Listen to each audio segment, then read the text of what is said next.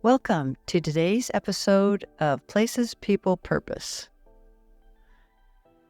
Today we're going to visit the beautiful and charming city of Lisbon.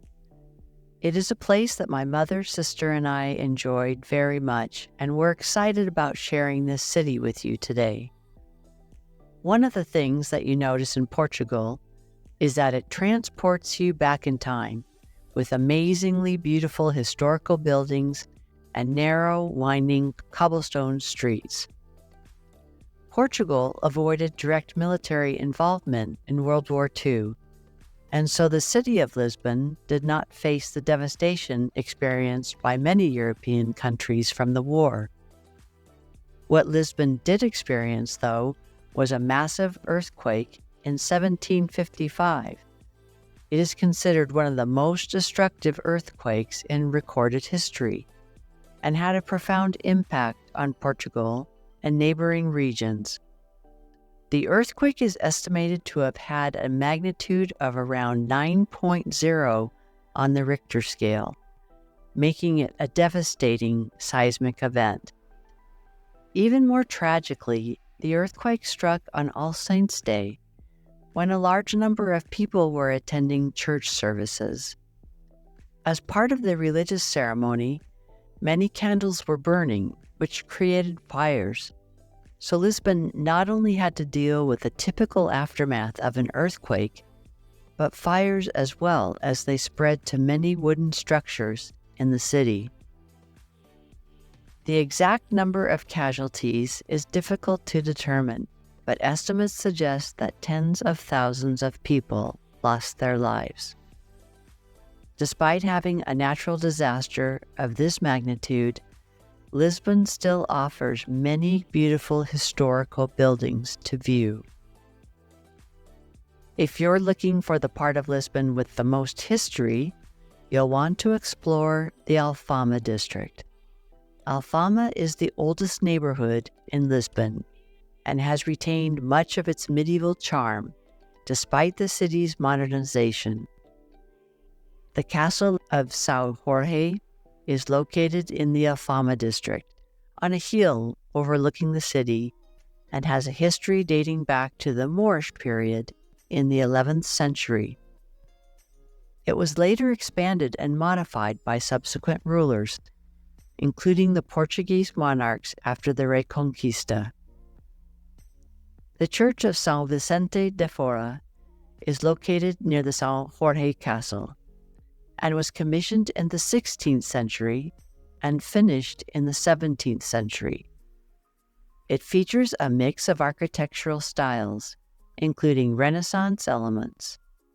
The church is known for its impressive tile work and has a rich history as a burial site for Portuguese monarchs. It is dedicated to Saint Vincent of Saragossa, the patron saint of Lisbon. The Lisbon Cathedral is the oldest church in the city and is also located in the Alfama district. Its construction began in the 12th century, and it has a mix of architectural styles, including Romanesque, Gothic, and Baroque elements. The cathedral has undergone various modifications over the centuries, but its origins are deeply rooted in Lisbon's early history. Alfama is also considered to be the birthplace of fado, Portugal's soulful and melancholic music.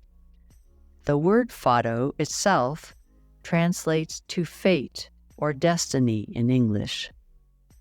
Fado is characterized by its mournful and soulful expression, often dealing with themes of longing, nostalgia, love, and the struggles of everyday life. It is often accompanied by acoustic Portuguese guitar, classical guitar, and sometimes other traditional instruments. The narrow streets and historic buildings of Alfama provide an atmospheric backdrop to experience live photo performances in intimate venues. If you are in Portugal in June, be sure and experience the annual São João festival in June, where the streets of Alfama come alive with music, dancing, and traditional celebrations. The festival is primarily a religious celebration in honor of Saint John the Baptist. However, the festivities have evolved into a more widespread and secular celebration. The festival coincides with the summer solstice, marking the longest day of the year. As such, it is also a celebration of midsummer, with bonfires and fireworks lighting up the night sky. One of the most distinctive features of the celebration is the lively and energetic street parties that take place.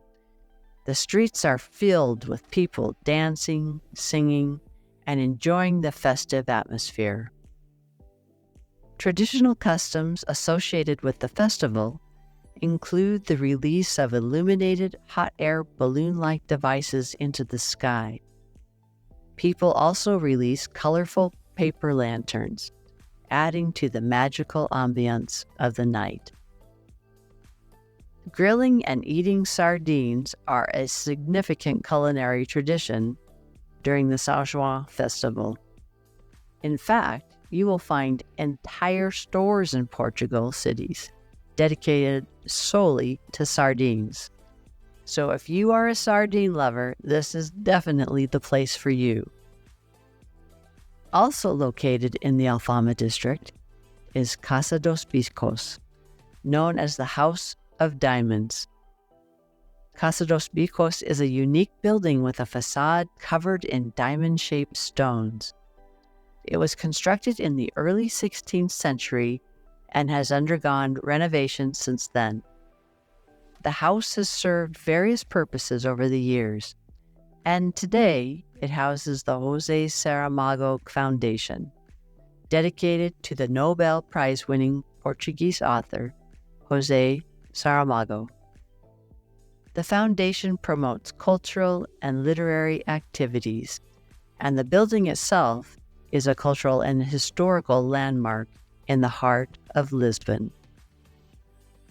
For a taste of Portugal's seafaring past, head to the district of Belém. Here, the iconic Belém Tower stands proudly at the water's edge, a testament to the city's maritime heritage. Nearby, the Hieronymus Monastery, a UNESCO World Heritage Site, is a fitting tribute to Portugal's Age of Discovery. If you are in Belém, you have the opportunity to try arguably the very best pastel de natas that the city offers. Pastel de nata is a delicious custard tart with a flaky, buttery crust and a creamy custard filling. It is typically sprinkled with cinnamon and absolutely melts in your mouth. The recipe for these pastries is said to date back to the 18th century, when monks at the Hieronymus Monastery in Belém created the sweet treat.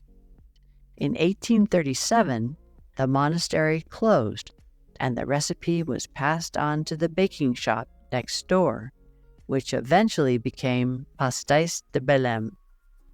What sets Pastéis de Belém apart is that they have closely guarded the original secret recipe, known by very few people. The pastel de nata produced by Pastéis de Belém is often considered the best, or one of the best, in Portugal, if not the world. Many days, the bakery has lines forming out onto the sidewalk, with customers waiting to purchase their favorite pastel de nata. If you want to discover the artistic side of Lisbon, then head to the Chiado district, lined with stylish boutiques, historic cafes, and theaters. Chiado is a haven for art enthusiasts and literary minds alike. Visit the National Museum of Contemporary Art, known as the Chiado Museum, to witness a captivating collection of Portuguese art from the 19th century to the present. Stop by the historic A Brasileira Café, a beloved gathering place for intellectuals and artists over the years. For a taste of modern Lisbon, venture to the Parque dos Nações. This waterfront district underwent a transformation for the 1998 World Expo and has since become a symbol of contemporary architecture and urban planning. The striking Oriente station, designed by Santiago Calatrava, and the Lisbon Oceanarium, one of the largest indoor aquariums in Europe, are must-see attractions. Take a leisurely stroll along the river promenade or hop on the cable car for a breathtaking view of the area. Lisbon is a food lover's paradise, and its culinary scene is a celebration of fresh seafood, flavorful spices, and delectable pastries. Indulge in a seafood feast at the Mercado da Ribeira, Lisbon's bustling food market, or savor traditional dishes like bacalhau, which is salted codfish, in a cozy neighborhood eatery. Wash it all down with a glass of vinho verde, which is a type of wine that comes from the Vinho Verde region in northwest Portugal, and is one of Portugal's most well-known and distinctive wine styles. The term Vinho Verde translates to green wine in English, but in this context, green doesn't refer to the color of the wine. Rather, it suggests that the wine is young and meant to be consumed relatively fresh. Vinho Verde wines are known for their refreshing and crisp nature. They are often slightly effervescent, with a light and lively character that makes them particularly enjoyable as a summer or warm weather wine. Due to their crispness and lower alcohol content, Vinho Verde wines pair well with a variety of foods, including seafood, salads, light appetizers, and traditional Portuguese dishes. Vinho Verde is just one of many wonderful Portuguese wines. We enjoyed a lot of wonderful wine in Portugal, and it is one of the best values we have found. That's all we have for today's episode of Places, People, Purpose. We will be taking a holiday break over the next few weeks and won't be airing any new episodes until January 8th.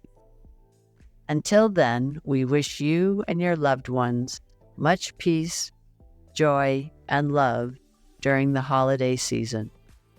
We look forward to welcoming you back to Places, People, Purpose, where we create connections to our world.